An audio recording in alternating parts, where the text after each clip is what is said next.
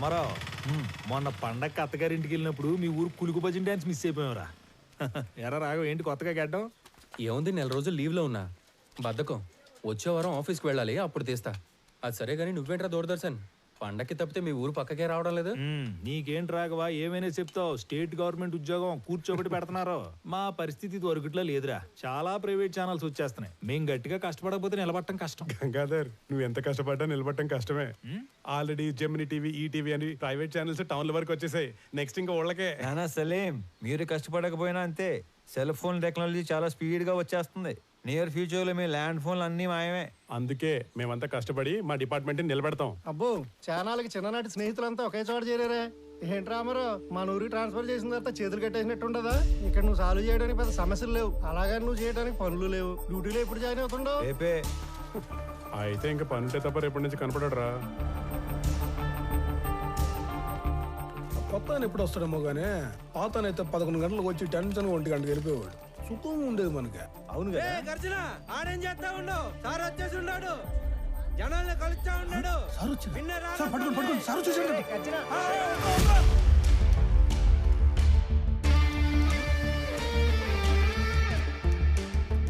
నమస్కారం సార్, నా పేరు గజ్జల శ్యామ్ స్వరూప్ సార్. అట్లంటే మీకెందుకు సార్ ఈ శ్రమ? నేను అందరిని బయటికి వెళ్తాను, మీరు పోయి ఆ సీట్లో కూర్చోండి సార్. నీకు కరెక్ట్గా 15 నిమిషాలు టైం ఇస్తున్నా. స్టాఫ్ మొత్తం నా ముందు ఉండాలి.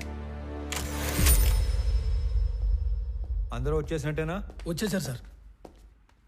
నేను చెప్పేది 2 విషయాలు. ఒకటి, నేను ఛార్జ్లో ఉన్న దగ్గర గుట్టలు గుట్టలుగా ఫైళ్ళు, గుంపులు గుంపులుగా జనం అస్సలు ఉండకూడదు. ఉండాల్సింది ఐఎమ్ అండర్ పెయిడ్ అనే థాట్, అంటే జీతానికి మించి పని చేస్తున్నాం అనే భావన. 2, రెవెన్యూ రికార్డ్స్లో మార్పులు చేర్పులు, రాళ్ల క్వారీ, గులక గుట్ట, ఇసుక రేవుల ఎన్ఓసీలు, బర్త్ అండ్ డెత్ నేటివిటీ సర్టిఫికెట్లు, ఆస్తి పన్ను వసూళ్లు, అంతస్తులు క్లియరెన్స్లు ఎక్సెట్రా లాంటి దక్షిణ వచ్చే పనులు మాత్రమే చేస్తే సరిపోదు. తలగోక్కోవడం, ప్యాంటు సర్దుకోవడం కాదు. రిమెంబర్, మన రాజ్యాంగంలో ఉన్న దాదాపు అన్ని సెక్షన్స్కి మనమే బాస్, మనమే సర్వెంట్. Any questions? ఈ 2 విషయాలు ప్రాంప్ట్గా ఉండగలం అనుకున్న వాళ్ళు మాత్రమే లోపలికి రండి. లేదంటే నో పే లీవ్కి అప్లై చేసుకొని ట్రాన్స్ఫర్కి ట్రై చేసుకోండి. ఓకే?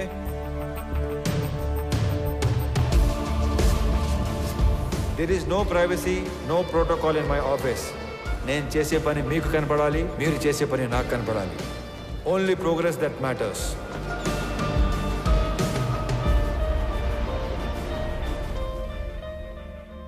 సార్,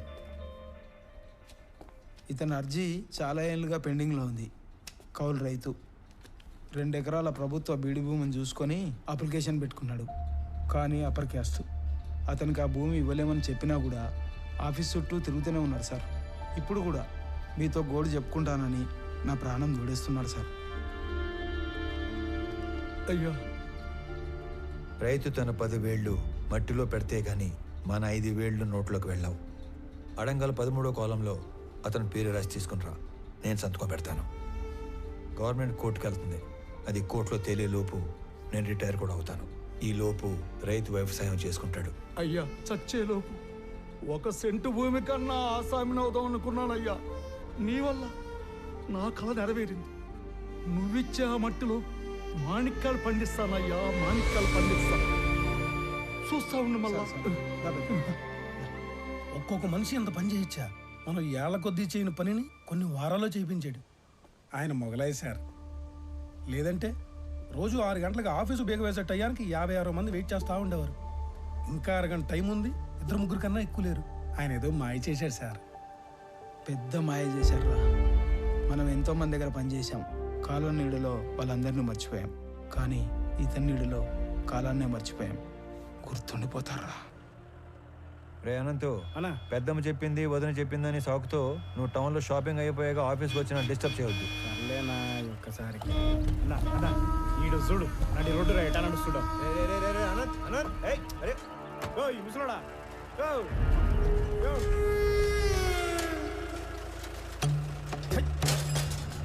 చూడనంత గట్టిగా మూసేది వెనకొచ్చేటి బండు తొక్కితే పైకి పోతావు. సంపుతా నా కొడక. నీ దూకుడేంద్రా పెద్ద పట్టుకొని. సార్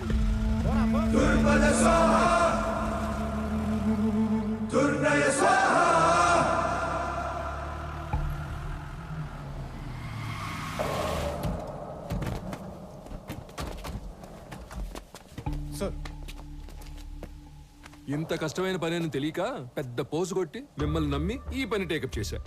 ఎక్కలాడు తినాలకి వెళ్తే మెట్లు ఎక్కను దిగను సరిపోయింది. మీరు అంతే, వెళ్ళడం రావడం తప్ప ఏం ఉపయోగం లేదు. ఛ! సార్ మాల్ మొత్తం ఏదో రూట్లో ఎక్స్పోర్ట్ అయిపోయింది ఏమన్నా నాకు కొంచెం డౌట్ వస్తుంది సార్. అస్సలు కాల, ఖచ్చితంగా మాల్ ఎక్స్పోర్ట్ అవ్వలేదు. ఇది నేను చెప్పిన మాట కాదు. మాల్ ఎవరైతే డైరెక్ట్ గా ఎక్స్పోర్ట్ చేసుకుంటున్నాడో డాను, వాడు చెప్పిన మాట. మాల్ మీకు ట్రేస్ అవ్వట్లేదు కదా అని మన దేశంలోనే లేదని చెప్పి కథలు చెప్పొద్దు. అయితే సార్ ఇంకో 4-5 టీములు పెట్టి తలా ఓ దిక్కు పంపి కూంబింగ్ ఆపరేషన్ చేస్తే త్వరగా ట్రేస్ చేయొచ్చు సార్. మీ చుట్టాలను కూడా తీసుకెళ్ళరా. నువ్వెవరో సామి నా కొంప ముంచేటట్టున్నావు. ఎట్ట అంటే హడావుడి లేకుండా వెతకాలి. గవర్నమెంట్కి ఏమాత్రం ఒప్పందినా చాలా డేంజర్. ఇన్ని 100 కోట్ల ఎర్రచందనం ఒకేసారి దొరికితే దేశం ఉలిక్కి పడుద్ది. కలపకి కాపలా కూడా పెరిగిద్ది. ఓకే. దీంట్లో ఏది జరిగినా నన్ను లేపేస్తారు. సైలెంట్ గానే ఎతకండి, కానీ కొంచెం స్పీడ్ పెంచండి. సార్ పోండి. Good morning sir. Morning morning morning మాల్నీదే. Good morning sir. Good morning sir. ఇది మాల్నీదే, ఇది మాల్నీదే, ఇది కూడా మాల్నీ. ఏంటి ఇవన్నీ? పేరు మాలిని సార్, ఊరు తిమ్మసముద్రం. ఆస్తి వారసత్వ బదిలీ కోసం అప్లికేషన్ పెట్టుకుంది. మనం దాన్ని రిజెక్ట్ చేశాం. దానికి నిరసనగా ఆవిడ ఉత్తరాలు రాస్తూ ఉంటుంది. బాగా బతికి చితికిన కుటుంబం అంట సార్. సరే కొత్తగా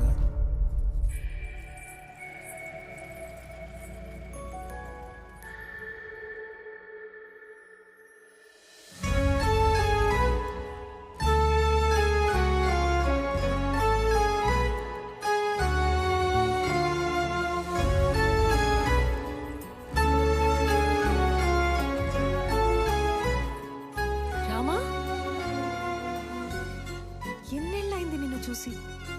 అయినా నువ్వు అసలు ఏం మారలేదు. రా కూర్చో. పర్లేదు, ఇక్కడ కూర్చుంటాను.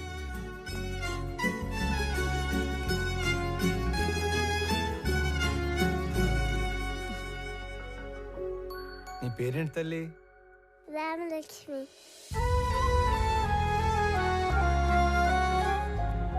ఇప్పుడే వస్తాను.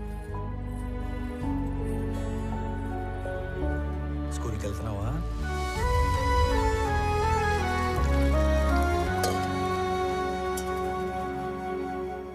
Good girl. తీసుకోరామా. ఇప్పుడు చెప్పు, మన ఊరికి ఎప్పుడు వచ్చావు? నీకు ఒక్కడే కొడుకు కదా? బుడ్డోడు ఎలా ఉన్నాడు? ఏంటి ఏం మాట్లాడావు?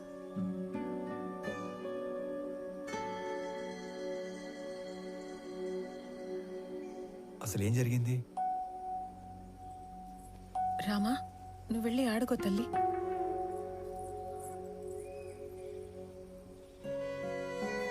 నా జీవితంలో జరిగిన చాలా మలుపుల్లో ఇది కూడా ఒకటి. మా వారి పేరు సురేంద్ర. మా నాన్నతో పాటు నార్త్లో కాంట్రాక్ట్లు చేసేవారు. నా పెళ్లికి ముందు నుంచి కూడా మా నాన్నకి బాగా ఇష్టమైన వ్యక్తి. అమ్మ నాన్న కాలం చేశాక ఇక్కడే సెటిల్ అయ్యాం. కాంట్రాక్ట్లలో ఇబ్బందుల వల్ల నష్టాలు, వాటితో కష్టాలు కూడా వచ్చాయి.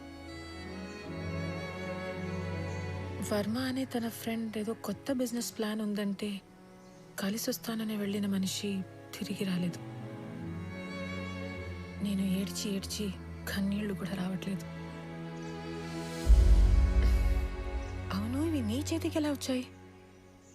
కొన్ని రోజుల క్రితమే డిప్యూటీ కలెక్టర్గా ఇక్కడికి ట్రాన్స్ఫర్ అయ్యి వచ్చాను. అవునా? ఇంట్లో ఇంకెవరు లేరా? మా ఆయన్ని వెతుకుతూ రోడ్ యాక్సిడెంట్లో మా మామగారు కూడా పోయారు. ఇవన్నీ చాలా ఉన్నట్టు సురేంద్ర ఉన్నంత కాలం పలకరింపుకి వచ్చే అతని పార్ట్నర్స్ కూడా ఇప్పుడు డబ్బు కోసం బెదిరింపులకి వస్తున్నారు. పోలీసుల చుట్టూ, లాయర్ల చుట్టూ, నీ ఆఫీస్ చుట్టూ తిరిగి తిరిగి విసిగిపోయి రోజుకో లెటర్ పంపుతుంటాను. దానివల్ల ఉపయోగం లేదు, కానీ కనీసం నా బాధ, నిరసన అయినా తెలిపితే మనసు తేలిక పడుతుంది కదా. వీటి వల్ల ఉపయోగం ఉంది. ఇవే నన్ను ఇక్కడి దాకా తీసుకొచ్చాయి. ఇకపై ఇది నా బాధ్యత.